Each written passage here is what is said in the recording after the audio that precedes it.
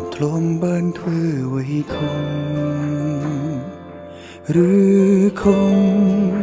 ព្រោះខ្ញុំស្រឡាញ់គេពេក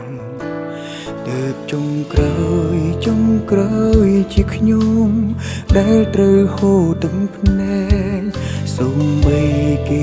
ក៏យល់សមថាកំពុងយំនាងធ្វើល្អចំពោះគេគ្រប់គ្នាគឺលើកលែងតែខ្ញុំស្នាមរបួសវាមុនជ្រៅពេកហើយទូបោះស្រាយយ៉ាងណាឬរៃរ៉ាំបែបណាឲ្យស្មើរឿងរ៉ាវខាងក្នុងសម្រេចចិត្តជ្រើសយកភាពស្ងៀមស្ងាត់នៅម្នាក់ឯងហើយសង្ឃឹមថាការឈឺចាប់នឹងឆាប់បានធូរស្បើ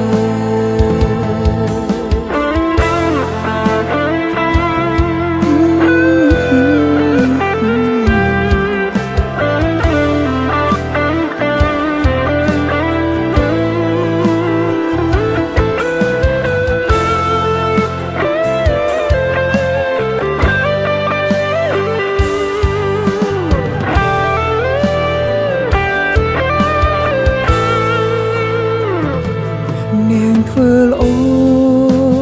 ចំពោះគេគ្រប់គ្នាគឺលើកលែងតែខ្ញុំ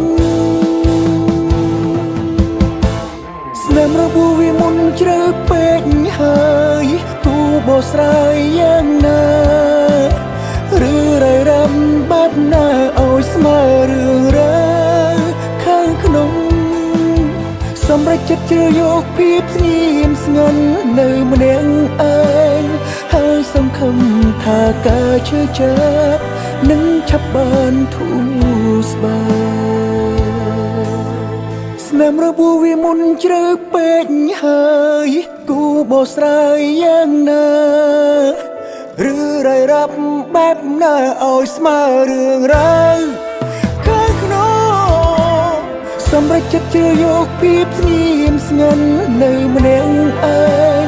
ហើយសង្ឃឹមថាការឈឺចាប់នឹងឆាប់បាន